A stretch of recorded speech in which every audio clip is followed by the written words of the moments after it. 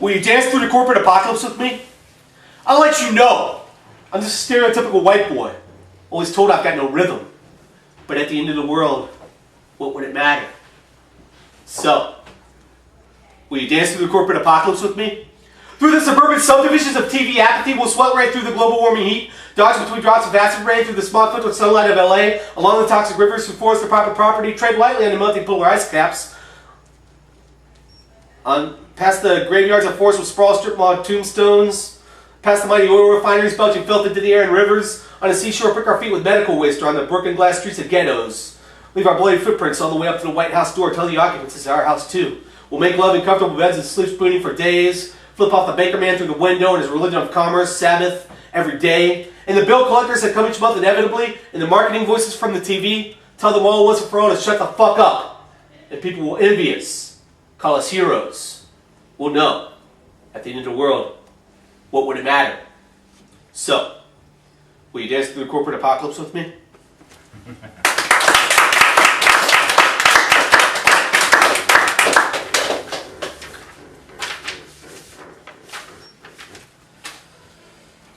I'm dying of lack of motion, stagnation. Out there in cities there is movement and inspiration, not here.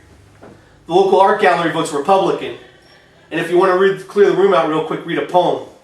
They are taking down art because the artist manipulated the American flag. I want to manipulate corporate flags by poems, burning them and weaving them back again with words, and we will be a sovereign poetic nation. Maybe I'm just dreaming, but I still believe in dreams. Night skies finished last, I'm a guinea pig to that theory, a living example in the flesh, but I persist. Middle finger in the air to Darwinistic systems, don't swim with the sharks, don't have the ambition. Today I watched another documentary about another writer that allegedly shot himself in the head with a shotgun. They upheld mainstream views, ignored conspiracies. To them, he chose his time to go. Let his brain see the light of day. And I guess the shotgun does the trick. But I'm thinking, even if he did pull the trigger with his toe, which I doubt, but ignore my own biases, at least he had the dignity not to go out like this, a slow crawl to the grave.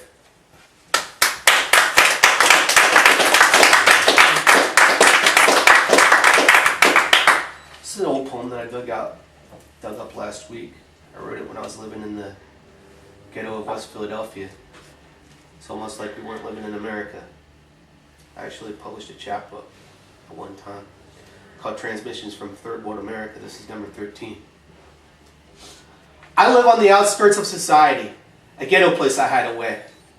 I live my life in exile, pledge allegiance to help keep this rotten system down. I pledge allegiance to nothing else. My only religion is poetry, written in my own blood, sprung from this wound inside. Come now, sing a song for the downtrodden, to the change in the beggar's hand. Come now, sing a song for the downtrodden, sight for the blind, hearing for the deaf. Come now, sing a song for the downtrodden, the swollen belly of the junkie. I come alone, this craft solitary. I am steps ahead of the backstabbing, brown-nosing nation, where business deals are done behind the back and behind closed doors, where the rivers are filled with toxins and we can't see the stars from our cities, where the foods are full of chemicals and the news is full of anxiety and self-pity, where war is the norm and the only peace is peace of death, where money is God and the TV is the altar, where the Babylon on the TV and the computer screen is more interesting than the world outside, where genocide and torture are commonplace and poor people are the targets. Stop. I declare this reality an illusion. The only way to see is through it. Stop. I'm coming out of exile. I'll help take my country back. Stop the gangsters and thieves that hijacked it through phony elections approved by themselves. Stop the neocon Zion project for the new American century that only thinks they can affect our reality. Stop. They will call me mad, don't listen. I'm doing this for you. Stop. You will call me mad, don't listen. I'm doing this for you. Stop. We need to change the balance, tip the scales. Stop. Remove any systems shuffled down from the elite to keep people in their place. Stop. You could kill me, but there are more behind me. This does not end until you're ended. Stop. Peace can only be achieved by the violence of taking our world back. Stop. Stop. Stop.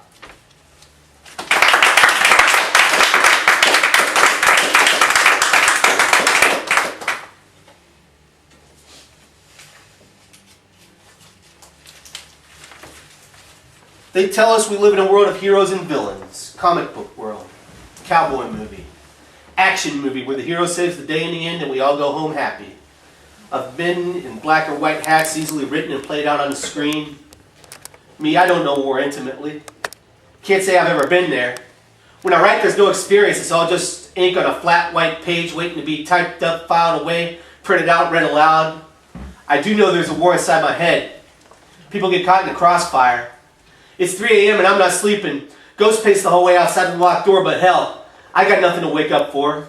Except to go to the post office and pick up this book I've ordered. Even in poverty, I crave poetry like a junkie. And maybe I'm right. It's a clean addiction and it keeps me out of trouble. My family wouldn't agree, but what do they know? I'm done with the political world outside. These substitutes don't care about us. So we fend for ourselves the best we can. Our rooms like coffins, we wait for death. Live all we can before it. Create what we can like gods. Try to leave something behind to be remembered by. Get our 15 minutes of infinity. But that's not all. In the writing of the words, we are purified. And who wants to walk around for days feeling dirty? Who would understand these words but a fellow wordslinger? We sat on the cold, hard steps of the hallway, talking for hours about everything and nothing. No TV or slick marketing, only real human contact.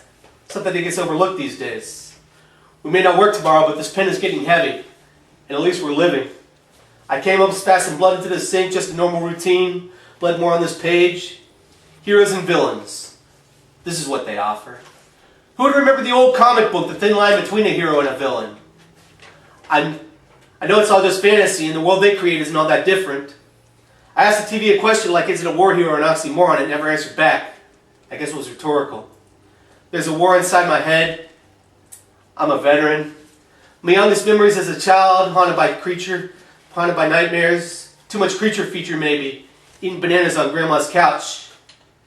I'm not the hero of this war. I'm not the villain. I'm just the casualty that walked away from it. It's been a hell of a year. It's been hell. I want to vote poetry for president, but I'm afraid she'll be assassinated by someone who loves Jodie Foster, head full of MK Ultra, but that I failed to mention, she is immortal. Mm-hmm.